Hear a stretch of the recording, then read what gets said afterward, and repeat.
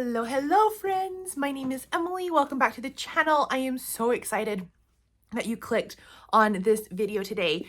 I can't believe we're already past the halfway mark. That is crazy. 2026 because it's already halfway done. Oh, that's insane to me. But doing this mid-year freakout tag, I've always watched them, and because this is my first year on Booktube, I was like, yeah, I totally have to do this tag. So that's what we're going to do today. Thank you for clicking on the channel. I'm so glad you are here.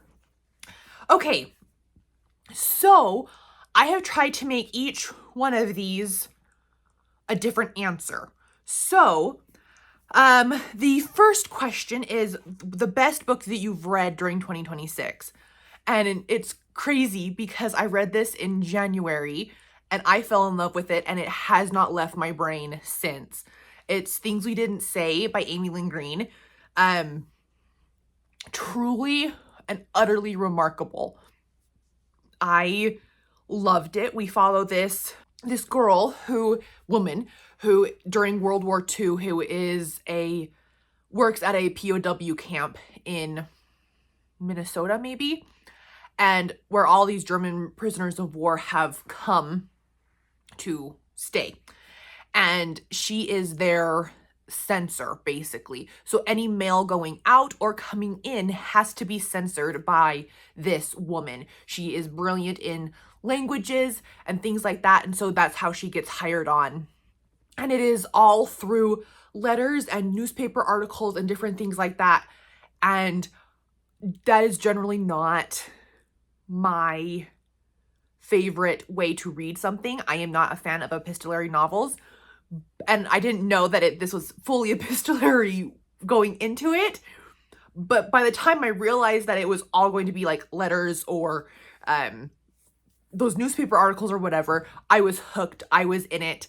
I was like, okay, I need to know what happens. And I love that it talks about not like the entire war as a whole. It talked about, the European conflict, but then the Pacific conflict and the North African conflict. And I loved the faith content that was woven throughout all of it. And I loved how sassy she was. She did get on my nerves just a little bit. And sometimes it was like, okay, bring the sass down just a smidgen and then you'll be perfect. I loved the ending. There was a criminal case that was sort of an overarching thing that you were trying to figure out what happened. Oh, it was so good. So good. Amy Lynn Green is one of my new favorite authors. That's another one of the questions. That's not the answer that I put down though, so no worries.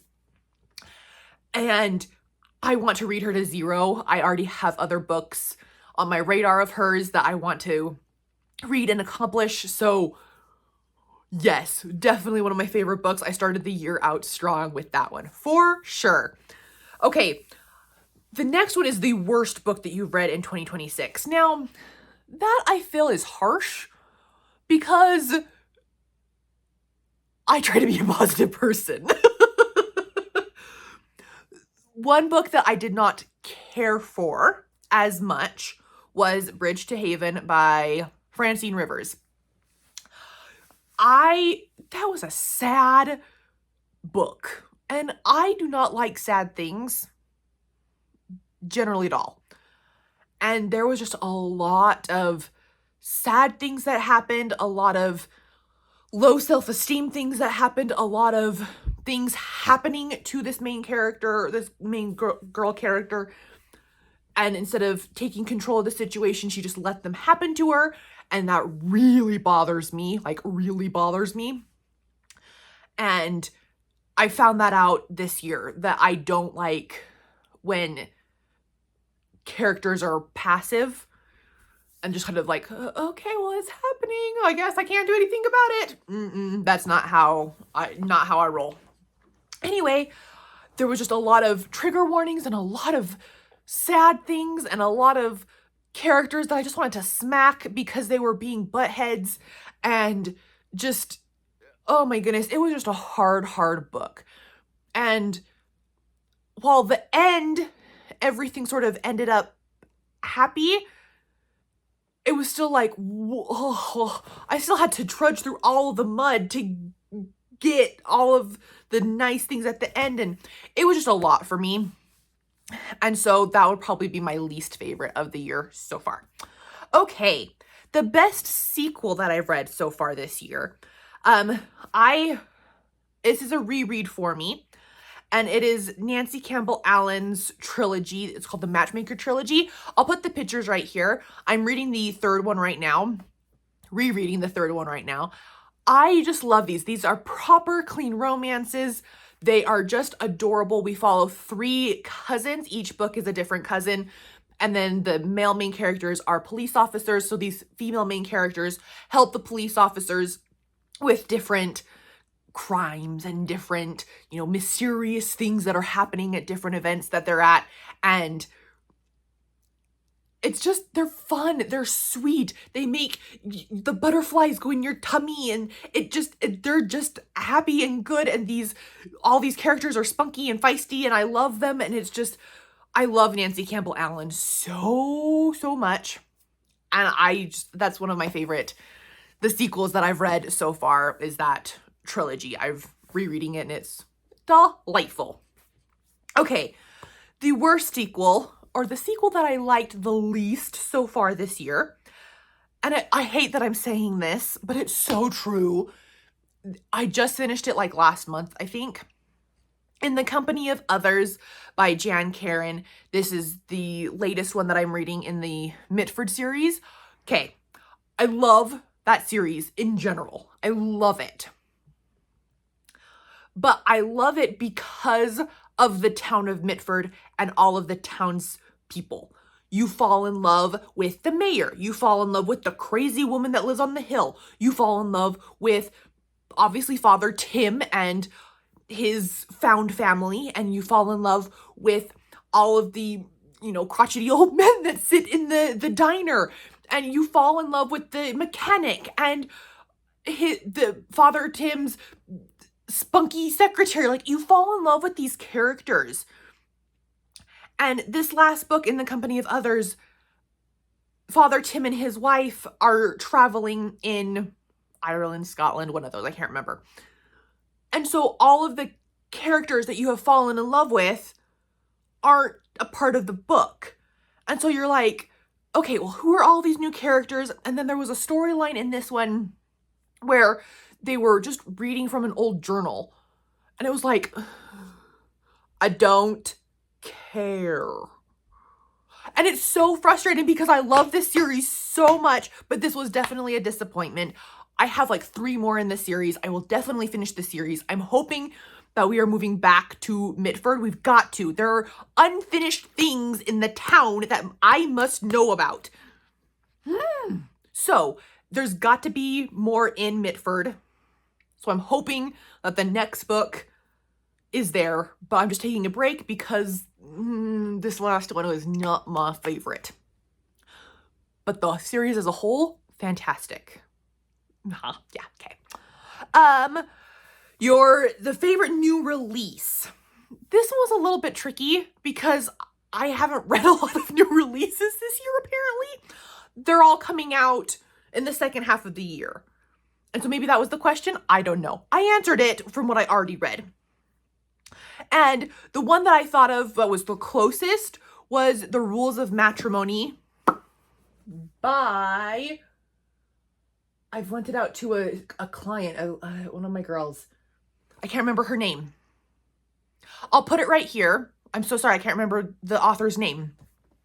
This is the final book in a 4-book series, the Matchmaking Mamas series. This is a clean, proper romance set in Regency era England.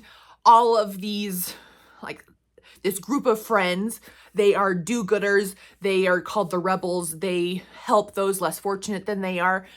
And they're all single. And all the women in their life, whether it's the grandma, the aunties, the mamas, they all want these children, these young adults, to get married. And all of the rebel group, they're like, no, I don't want to get married. Ugh, And so the mamas try to match them up in each book. One of them keeps falling into the love.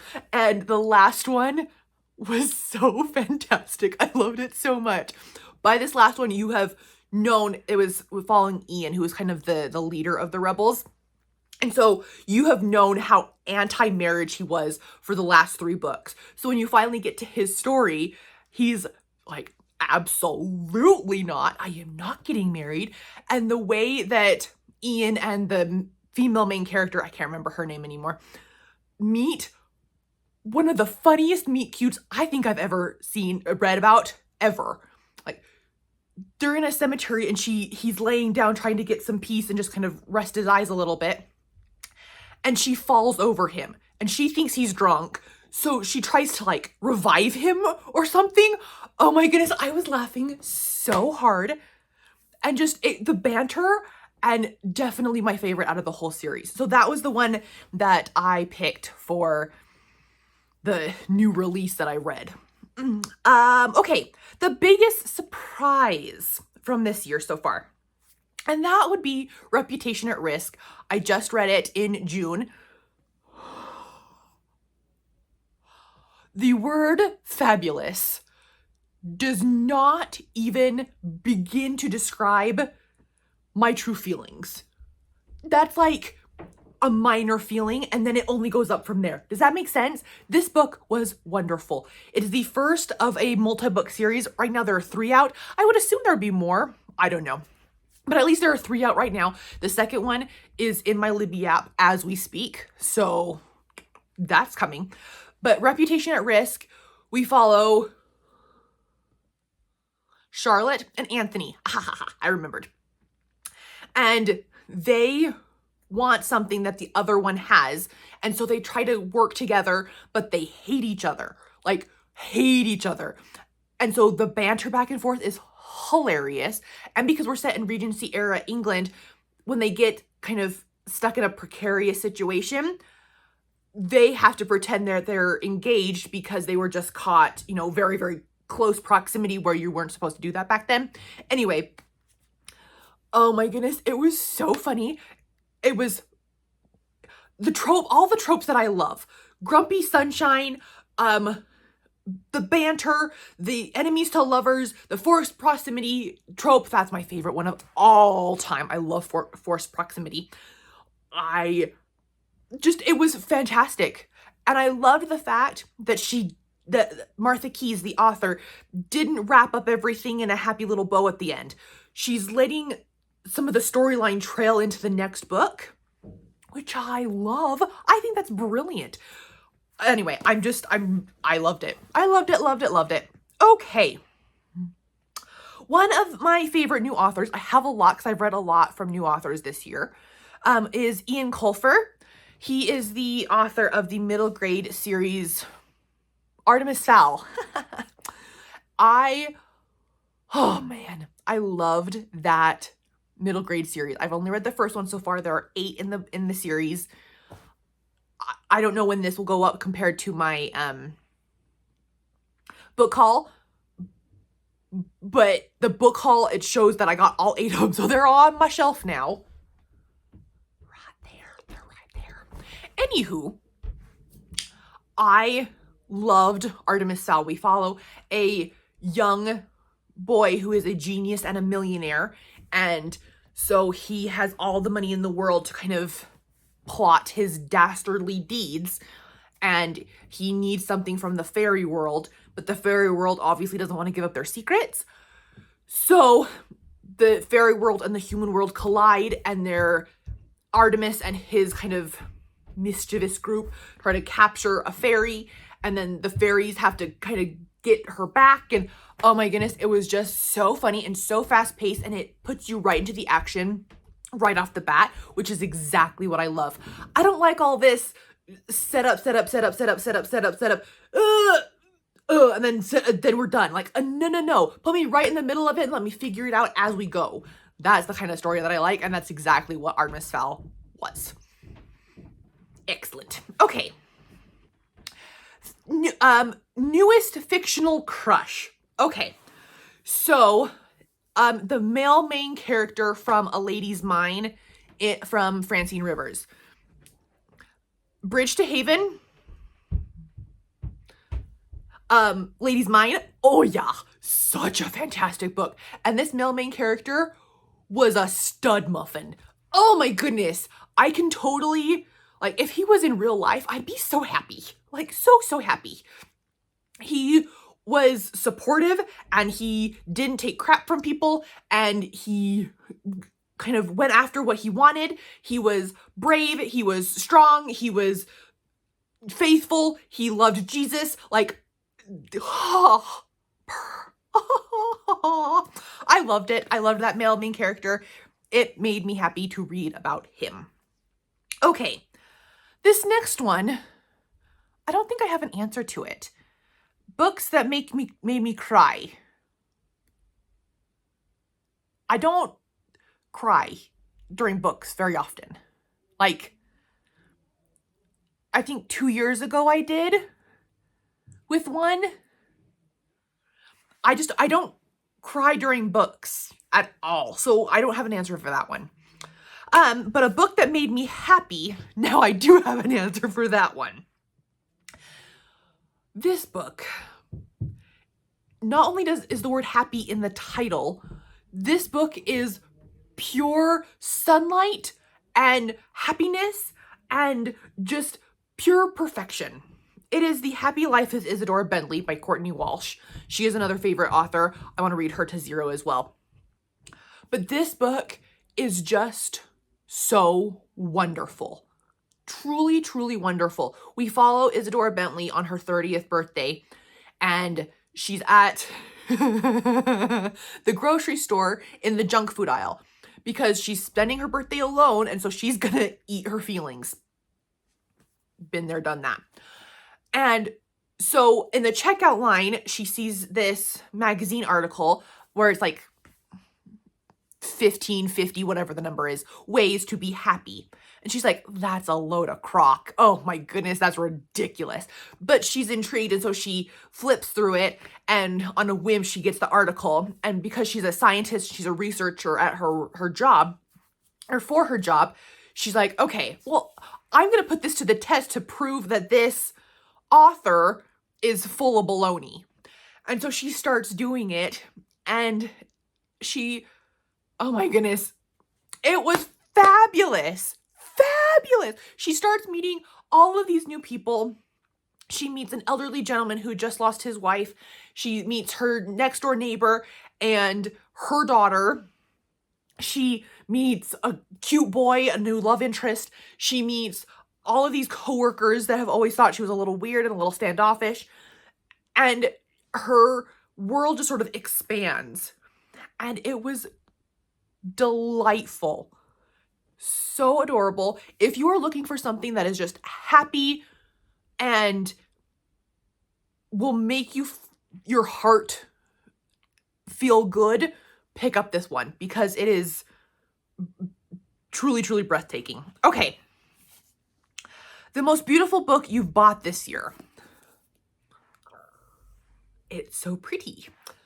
This is Daily Thoughts to Nourish the Soul, a calendar of wisdom by Leo Tolstoy.